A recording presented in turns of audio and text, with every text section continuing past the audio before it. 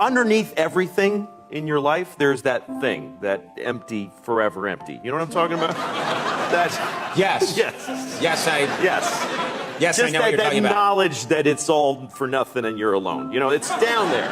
And sometimes when things clear away, you're not watching it, you're in your car, and you start going, oh no, here it comes, that I'm alone, like it starts to visit on you. You know, just the sadness. Yes. Life is tremendously sad just by, you know, being in it. And so you're driving, and then you go, that's why we text and drive. I look around, pretty much 100% of people driving are texting. Yeah. Anyway, I started to get that sad feeling, and I was reaching for the phone, and I said, you know what, don't. Just be sad. Just let the sadness stand in the way of it, and let it hit you like a truck. And I let it come and bruise, and I just started to feel, oh my God. And I pulled over, and I just cried like a bitch. I cried so much. And it was beautiful. It was like this beautiful, it's just this, sadness is poetic. You're lucky to live sad moments.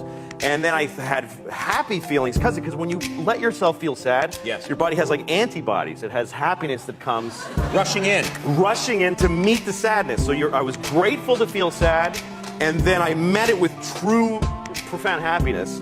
It was such a trip, you know, and the thing is, because we don't want that first bit of sad, we push it away with like a little phone for the food, and you get a little kind of,